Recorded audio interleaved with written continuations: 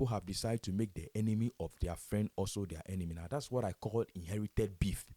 Beef wey say you no concern, you don't carry the beef for head. I mean, cause mios iminikos iminiki may. My name is Jay Martin. I'm the host on Connect with Jay on Lapotee TV. Now, in case you're wondering what I just said, that's the Latin version for the Asian proverb, which says, "The enemy of my enemy is my friend," which suggests that two people or two parties should be able to put their differences aside and come together and work against a common enemy. Now, a good example of this can be seen in the World War II.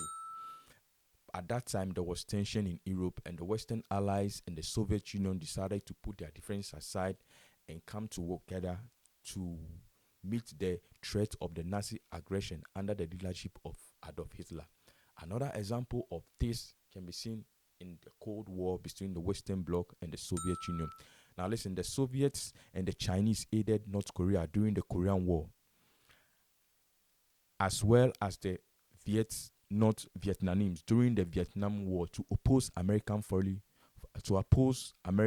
foreign policy goals. Now the last one was in the Middle East.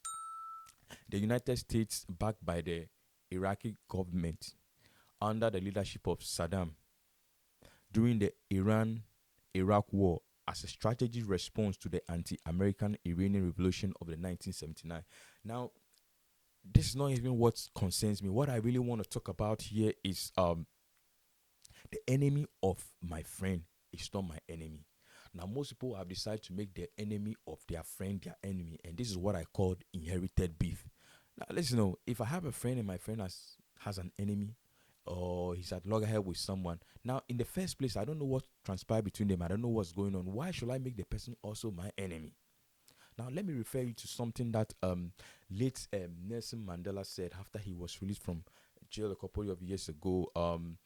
When he visited United States at the Aaron Davis Hall town meeting, City College of New York, he was asked a question one by one, and what's the name?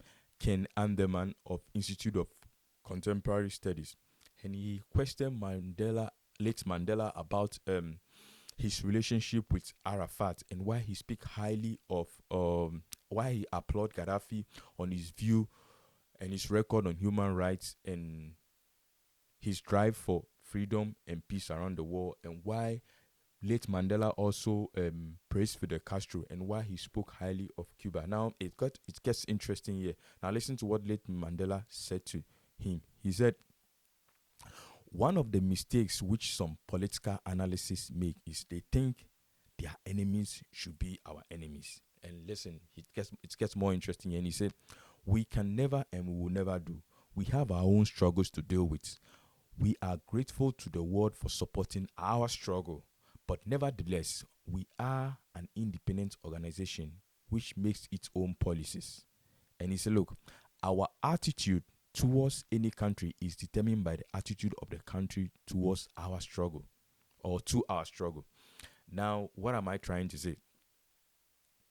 Or like I put it, if you are in good terms with me, and someone is an enemy to you, that should not mean I should also make the person an enemy, because the way the person is relating to you maybe is different from how the person is relating to me.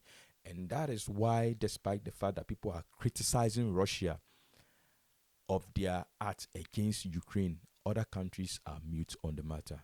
My name is Jay Martins, and like I said, this is Lapotee TV, and if you like, keep watching. I'm going to bring you more of such stories. Thank you. Have a nice time.